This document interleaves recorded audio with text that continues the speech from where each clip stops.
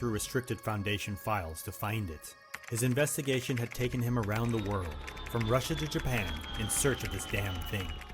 Now, finally, behind this oversized, extremely thick lead hanger door was the answer, the end to his quest to find out what SCP-2367 was, and what it had to do with the disappearance of his father towards the end of the Second World War. And to think, this whole thing started by pure chance. It could have happened to anyone.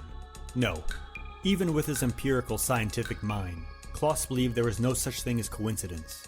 It was destined for it to have happened to him and to tie together all the missing pieces of his father and the lies they had told him about him. Traitor, they called him.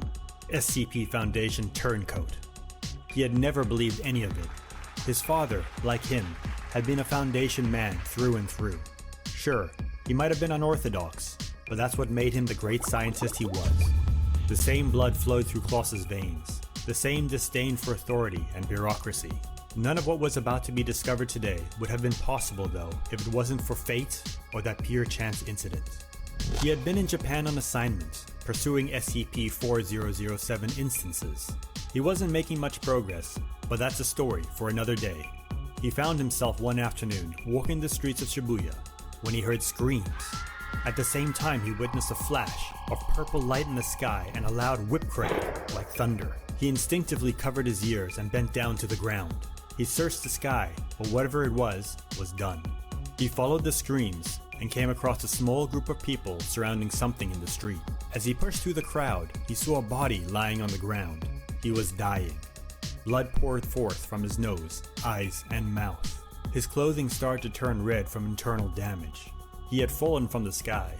From a rough guess, Klaus assumed he had fallen a few hundred feet, at the very least. Klaus knelt down close to the man's face. "What happened to you?" The man's eyes slowly looked at Klaus as he uttered, "Für das Vaterland." With that, he died. Klaus slowly stood up, trying to wrap his mind around what had happened. As he looked down upon the body, he realized this man was wearing a German World War II SS uniform. What was a dead Nazi doing in Tokyo, 75 years after the end of the war? From that point, he had been engrossed in his own private investigation to find out why the SS man was there, how he had gotten there, and what was the relation to that purple flash in the sky.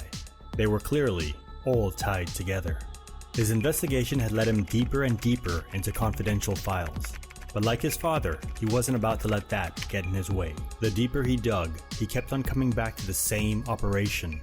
All the different cases and investigation related to the dead Nazi kept on pointing to one incident near the close of the Second World War.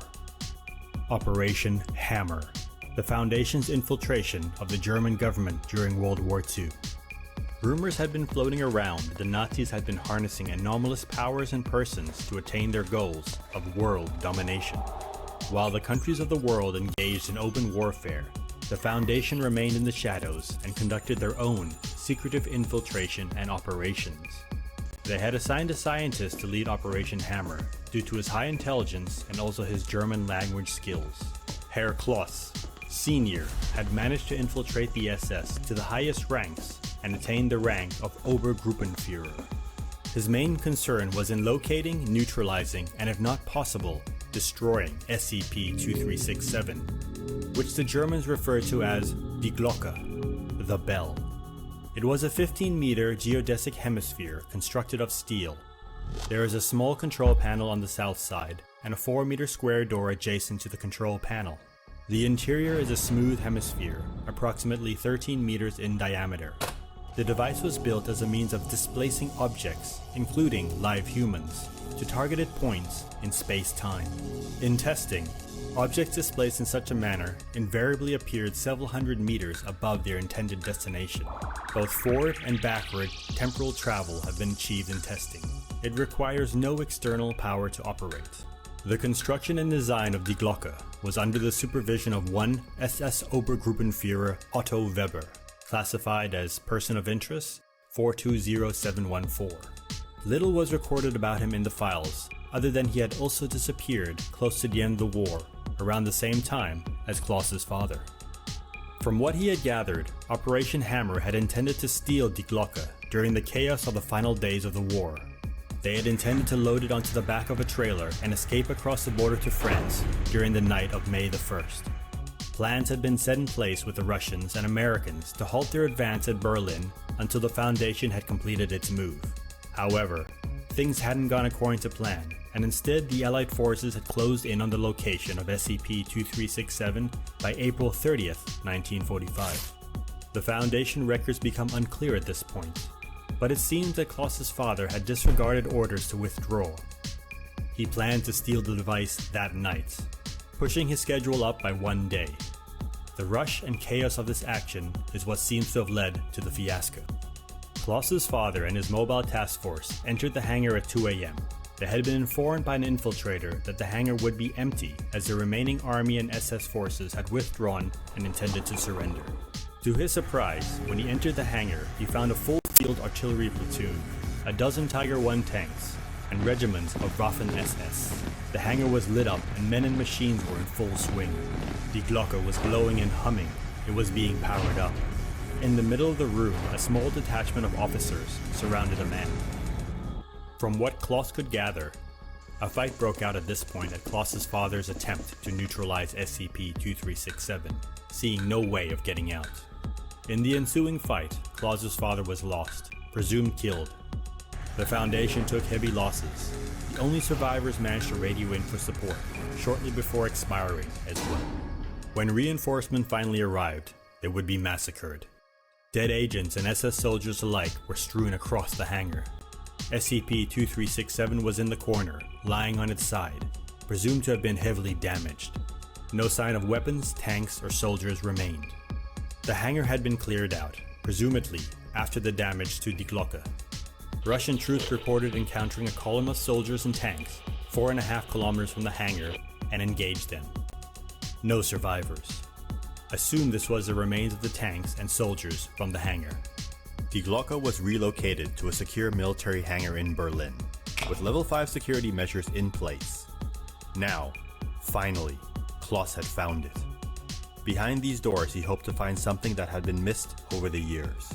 Something that could confirm his father had died those years ago. As he stepped through the hangar doors, he heard a hum and saw a faint purple glow. As he pushed through the doors, the light vanished and the hum stopped. Had it been his imagination, or was Die Glocke still functional? He walked all around the device, but found nothing that hadn't been documented already. As he walked inside, he looked around and dragged his fingers across the cold, hard steel surface.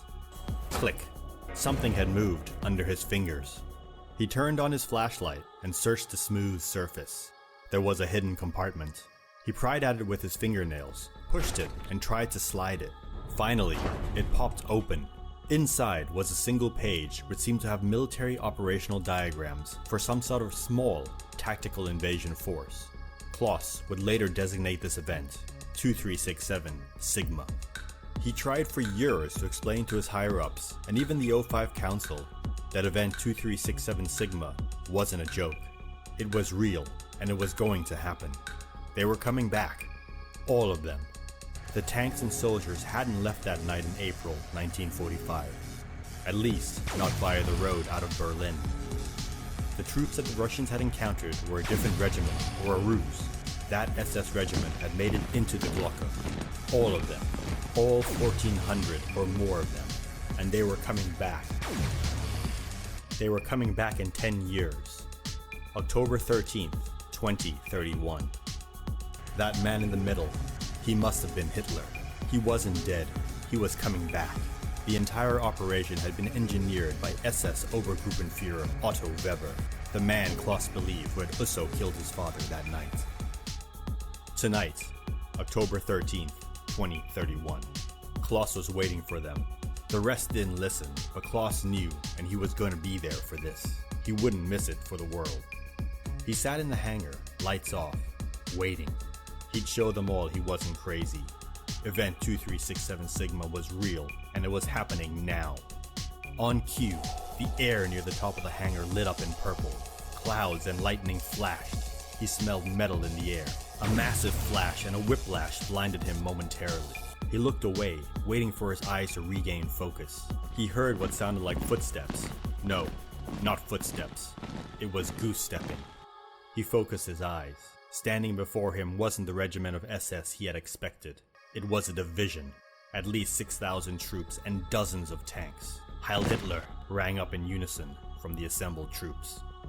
One man came forward to him. By the uniform, Klaus could tell he was an SS Obergruppenführer. It had to be Otto Weber, the man who killed his father. In his coat, Klaus's hand closed around his gun. The man stopped in front of him and raised his head to look him in the eye. What? What was going on? This wasn't Otto Weber. It was him. A clone? An illusion? The man smiled. Don't be confused. I knew if anyone could figure this out, it would be you. You look well, my son. Klaus's eyes widened. His father hadn't died that night. I know you have a lot of questions, but all you need to understand for now is that I made a choice. That night, I made a choice and I don't regret it. Join us, leave the Foundation behind, and follow the Führer. Klaus was in shock. His father, alive, and now a Nazi? He gathered himself together. No, you chose wrong. Did I? Did you explain to the Foundation what would happen tonight? Did they laugh and ridicule you? Is this the people you're standing up for now? With a glint in his eye and a smirk on his mouth, Klaus replied, Who said they didn't believe me? Well, I'm glad Klaus was on the case for this one. The last thing we need right now? Nazis. Returning from the past to ruin our future.